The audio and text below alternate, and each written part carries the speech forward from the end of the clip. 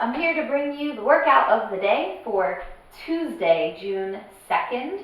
And this is at-home workout number 81, if I remember right. So we have a chipper for you today, but first to get you warmed up, you're going to start with a 250-meter run. When you come on in, grab your dumbbell or kettlebell. We're going to do 10 dead swings. The dead swing is that movement where it starts on the floor about 8 inches in front of your toes. With a nice straight back, I'm going to reach down, grab that kettlebell, pull in my hips.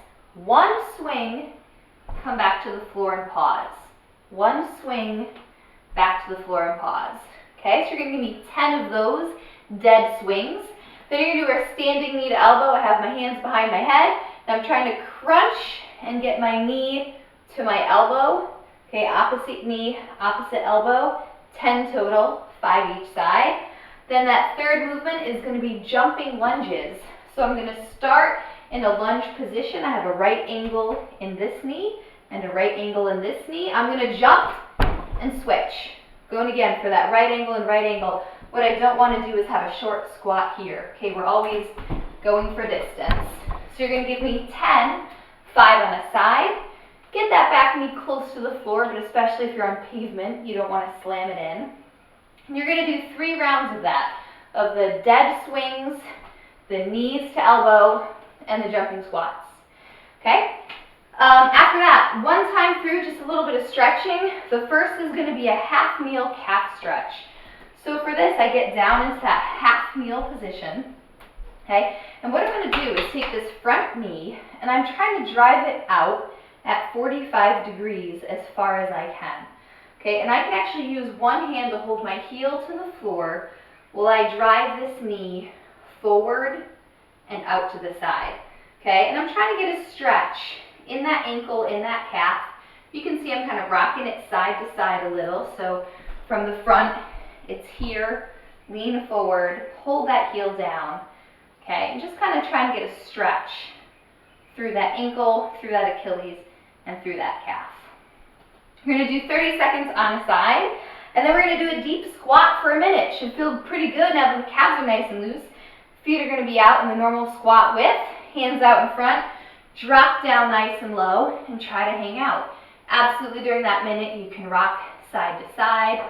You can take your elbows, kind of push out against your knees.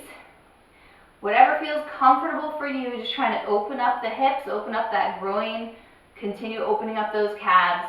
You're going to stay here for a minute. After that, we're going to warm up a few reps of every movement in the workout. So let's go through that right now. As I mentioned, it's a chipper. That means it's one time through a whole bunch of different movements. And it's this kind of pyramid style where you go down the set of movements and then back up again. So, starting with an 800-meter run. If you're not a runner, for whatever reason, you can sub your preferred cardio in that 4-minute range. Then you're going to do 70 double unders. Okay, the sub for that would be, as always, 2 times single unders, so 140 single unders. Or if you prefer, you can do 50 jumping jacks. Okay? And if you don't double under, you don't single under, and you don't jumping jack, pick a preferred cardio, but it should be that sprint cardio in about the 1-minute range. All right, so 800-meter run, 70 double unders. Next is 60 Russian kettlebell swings. We do these all the time. You know them, you love them. It's going to start in front of you. Once it's up, you are not returning to the floor. Ideally, for 60 reps in a row. That'd be cool. It's not required in a row, but give it a shot. Okay, you're loading up those hips, leaning back, popping that kettlebell to eye height. 60 Russian kettlebell swings. The 50 is our bicycle crunches. That means 25 per side. So refresher, bicycle crunch. I start on the floor. I get into a hollow position. My back is pressed hard into the ground. Hands behind my head. And I touch my left elbow to my right knee. And then I switch. Nice and under control.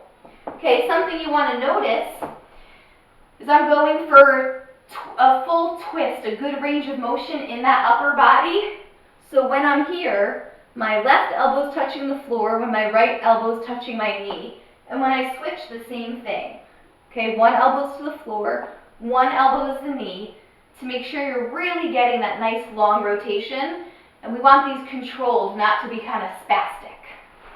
All right, after 50 bicycle crunches, you have 40 deadlifts. Okay, feet are going to be shoulder width or just slightly wider. Pull those shoulder blades back. You have soft knees to start. As I lower down, I start to bend my knees to tap the floor. Notice that this bell, okay, it obviously starts just a little in front of me, but really as soon as I send my hips back and drop that bell, I pull it back in between my legs. And that kettlebell, when it hits the floor, is back in between my ankle bones. Okay, these should be nice and piston-like. You should be able to do 40 in a row. No problem, keeping that back nice and straight. All right, the apex, we have the 30 pistols. This is going to be, for most people, the hardest part of the workout and possibly the one thing that keeps you going completely RX tomorrow. So the pistol is a one-legged squat. 30 pistols is going to be 15 per side. Okay, so for this movement, you're balancing on one leg, the other one is out in front of you.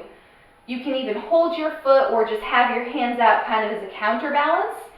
Just like all the rules of squatting, I send my hips back, my knees driving out to the side, I come down nice and low, stand back up tall, switch and do it on the other side.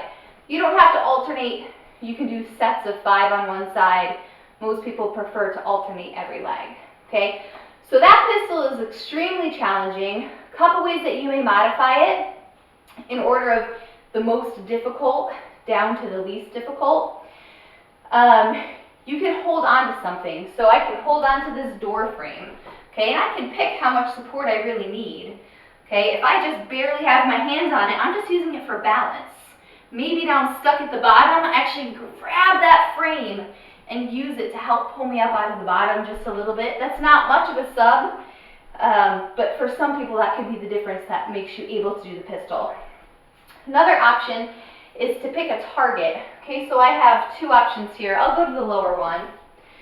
Okay, so maybe I can sit down on a box or a table or a ledge and stand back up again. Okay, and obviously the deeper that box, the harder it's going to be. Another option could be to stand on that box. This way I don't have to hold my leg up quite as high. I can kind of leave that leg below as I sink down and stand back up. Okay, those are all good options for a pistol. If there's something else you've seen on YouTube and you like it, feel free to give it a try. We're trying to load one leg more than the other and get that full range of motion. The sub today, if you don't want to touch any of those pistol options, that's a-okay. We like to sub a 2-legged goblet squat. Okay, so it'll be 30 goblet squats. And I would challenge you just maybe bring those feet in a little closer than normal. Something where you can still keep the weight in the heels, but that's going to a little bit more replicate the muscles involved in your pistol for today. So 30 goblet squats will be the sub for 30 pistols. Then you're going to go right back up the ladder. 40 deadlifts, 50 bicycle crunches, 60 Russian kettlebell swings, 70 double unders, and you're going to end with that 800-meter half-mile run. That's the workout for tomorrow. We do have a cash out for you. This is straight out of John's book. Probably a lot of you have seen him do this at the gym when he realizes he didn't have time to get a workout in that day. He'll just set a clock for 15 minutes and lunge. Well, it's your cash out. You're already going to be tired, so we're doing it for 5 minutes. That's all you're going to do is lunge. You can reverse lunge in place if you're in tight quarters. If you're at home and you can get outside, just walk up and down the street, up and down your driveway. Okay, we're going to keep that chest tall. I like to put my hands on my hips as a reminder that I'm not putting my hands on my legs. What I don't want is this, driving up out of the bottom. Okay, so I'm taking a nice long step. So if I freeze at the bottom, I have that right angle here, right angle here.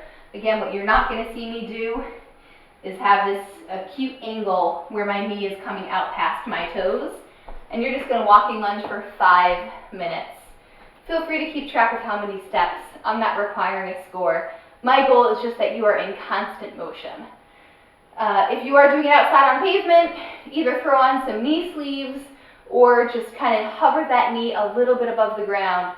You do not want to repeatedly bang your knee into the pavement. I've been there, it doesn't feel good. All right, 2 things for your cool down. The first is going to be a standing calf stretch. So you're going to find that door frame, pull those toes up on the wall, and lean into that door frame, 30 seconds on the side. Pro tip, if you do this in the parking lot tomorrow, if you join our 6 p.m. workout, you can actually use your kettlebell or your dumbbell, just like this. Works really, really, really well to stretch that calf. You'll do 30 seconds on a side. And then I'm bringing back the psoas release. We haven't done that in a little while. Seems like it's about time. We've been doing tons of running, which is something that can get your psoas tight.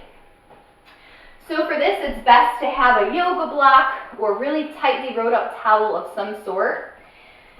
What I'm going to do is lay down on my back, and I put this underneath my tailbone, okay? I put my feet straight up in the air. Okay, find that place where I can balance comfortably on my tailbone. And I like to lower one leg down and out at about a 30-degree angle, and then the other leg down and out. And then it's just a matter of relaxing.